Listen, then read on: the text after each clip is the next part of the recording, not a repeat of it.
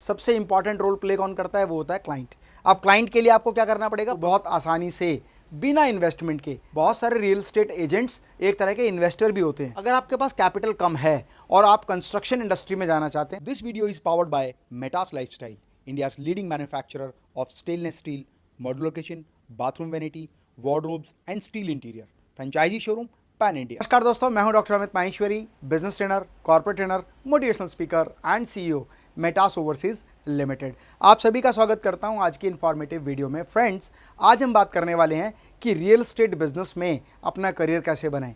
वैसे तो real estate industry जो है ना, अपने आप में बहुत बड़ी इंडस्ट्री है। इसमें बहुत सारे डिफरेंट करियर के ऑप्शंस हैं। आज हम बात करेंगे कि ट्रेडिशनल तरीके से रियल एस्टेट का बिजनेस कैसे शुरू किया जा सकता है, और अगर आपको लगता है कि नेक्स्ट वीडियो में मुझे बताना चाहिए कि मॉडर्न मेथड से रियल एस्टेट बिजनेस कैसे करना है, तो आप मुझे कमेंट बॉक्स में लिखकर जरूर बताइएगा।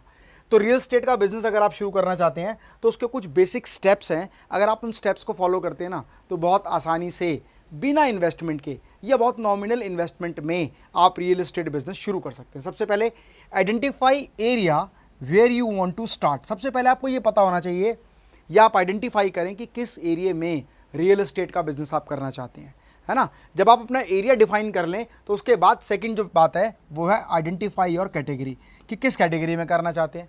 क्योंकि रियल एस्टेट अपने आप में इतना बड़ा डिफरेंट नेटवर्क को कैप्चर करता है कि जहाँ पर हर एक चीज़ में एक्सपर्टीज करना एक व्यक्ति के लिए बहुत मुश्किल है। तो आप सबसे पहले आइडेंटिफाई करें एरिया, उसको आइडेंटिफाई करें कि किस कैटेगरी में आप डील करना चाहते हैं, जैसे रेजिडेंशियल, कॉमर्शियल, इंडस्ट्रियल या एग्रीकल्चरल। हर एक के एक्सपर्ट्स बिल्कुल डिफरेंट तरीके से काम कर रहे हैं। जो लोग एग्रीकल्चर का कर रहे हैं ना, उनका काम ही एग्रीकल्चर से रिलेटेड लैंड्स पर काम करना है। तो आपको आइडेंटिफाई करना है आपकी कैटेगरी। उसके बाद आइडेंटिफाई स्कोप ऑफ वर्क। अपना स्कोप ऑफ वर्क आप डिसाइड करें कि आप इसमें क्या काम करना चाहते हैं। आप इसमें रेंटिंग का काम करना चाहते हैं, क्योंकि रेंटिंग भी अपने आप में एक बहुत बड़ी इंडस्ट्री है। बहुत सारे लोग केवल रेंटिंग का ही काम करते हैं, तो रेंटिंग के काम में किसी तरह का इन्वेस्टमेंट नहीं लगता।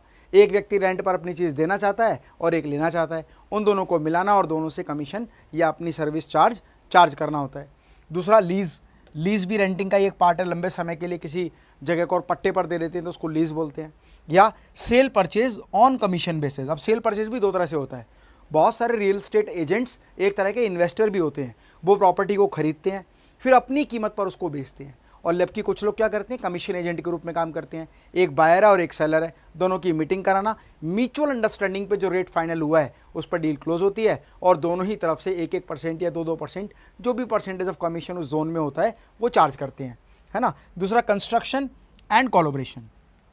बहुत सारे रियल एस्टेट डेवलपर्स क्या करते हैं कि वो जगह खरीदते हैं, प्लॉट खरीदते हैं, लैंड खरीदते हैं, वहाँ कंस्ट्रक्शन करते हैं। वो कंस्ट्रक्शन रेजिडेंशियल भी हो सकता है, कॉमर्शियल भी हो सकता है, या फार्म हाउसेज वगैरह, बंगलोज, इस तरह का भी हो सकता है। तो डिपेंड करता है आप किस तरह का कंस्ट्रक्शन करते हैं। अगर आपके पास कैपिटल कम है और आप कंस्ट्रक्शन इंडस्ट्री में जाना चाहते हैं तो आप कोलैबोरेशन कर सकते हैं। अब ये कोलैबोरेशन क्या होता है? किसी व्यक्ति के पास लैंड है लेकिन उसके पास बनाने के लिए पैसे नहीं है, तो क्या करते हैं, लैंड खरीदते नहीं है, उसी बिल्डिंग पर, उसी लैंड पर जो बिल्डिंग डेवलप की जाती है उसमें एक शेयर बनाने वाले का होता है और एक शेयर बेचने वाले का होता है ना। तो ये इसको हम कोलैबोरेशन का काम कहते हैं। ये आपके ऊपर डिपेंड करता है कि आप किस स्कोप ऑफ वर्क पे काम करना चाहते हैं, रेंटिंग पर, लीज पर, cell purchase on commission basis पर, या कंस्ट्रक्शन पर, या कोलैबोरेशन पर। ये आपके ऊपर निर्भर करता है। और इस बात पर भी निर्भर करता है कि आपका बजट क्या है, आपका इन्वेस्टमेंट क्या है, आप कितने पैसे के साथ काम शुरू करना चाहते हैं। आपको जान के आश्चर्य होगा, बहुत सारे लोग तो रियल एस्टेट का बिजनेस बिना इन्वेस्टमेंट के ही शुरू कर देते हैं, है ना। अब तरीका क्या है? Gate experience by job. आप सबसे पहले रियल एस्टेट जिस जोन में काम करना चाहते हैं उस जोन के किसी भी real estate agent, builder, developer के पास जॉब करें। उसका फ़ायदा क्या होने वाला है? नंबर 1, सबसे पहले आपको डीलिंग स्किल्स सीखने को मिलेगी कि क्लाइंट के साथ डील कैसे करते हैं, क्लाइंट की लीड्स कैसे आती हैं, उनको प्रॉपर्टी कैसे दिखाते हैं, सेलर से कैसे बात करते हैं, और सेलर से बात करने के बाद म्यूचुअल अंडरस्टैंडिंग पर मीटिंग कैसे कराते हैं। उसके अलावा प्रोसीजर एंड डॉक्यूमेंटेशन समझना बहुत ज़रूरी है। आपको अगर रियल एस्टेट बिजनेस करना है ना, तो आपको जो प्रॉपर्टी के पेपर्स की वैल्यू है, प्रॉपर्टीज़ के जो पेपर्स हैं उनको कैसे स्टडी करना है, उनके डॉक्यूमेंटेशन का प्रोसेस क्या है, उनकी लीगलिटी को कैसे चेक करना है, ये सारी नॉलेज होनी चाहिए। और ये नॉलेज आपको प्रैक्टिकल करने से होती है। और प्रैक्टिकल कहाँ मिलेगा? कहीं ना कहीं जॉब में मिलेगा एक्सपीरियंस आपको। उसके अलावा लीगल फॉर्मेलिटीज़ क्या होती हैं? हर जगह प्रॉपर्टी को डील करने की ना अलग अलग लीगल फॉर्मेलिटीज़ होती हैं। कहीं पर रजिस्ट्री होती है, कहीं पर पावर ऑफ अटॉर्नी होती है, कहीं पर कच्चे पेपर्स पर ही प्रॉपर्टी बेच दी जाती है। तो ये डिपेंड करता है, मतलब जीपीए बोलते हैं, जनरल पावर ऑफ अटॉर्नी पर ही पेपर कर दिए जाते हैं और प्रॉपर्टी को सेल कर देते हैं।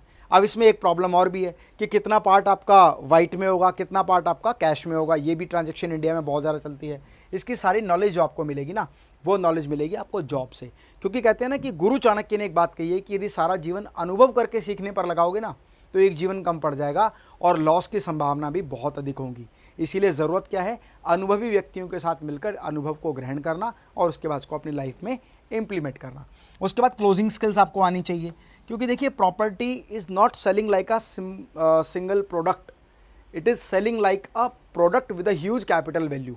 जहाँ पर एक व्यक्ति शायद अपने पूरे जीवन की पूंजी लगा रहा है, या एक व्यक्ति अपनी पूरी पूंजी को, मतलब उसकी प्रॉपर्टी को सेल कर रहा है, तो वहाँ पर आपकी जो क्लोजिंग स्किल्स है ना, बहुत इंपॉर्टेंट रोल प्ले करती हैं। और वो केवल और केवल आपको तभी आ सकती हैं जब आप उसका अनुभव करेंगे। प्रैक्टिकल जितना ज़्यादा करेंगे ना, उतनी ज़्यादा स्किल्स आपकी बढ़ती जाएंगी।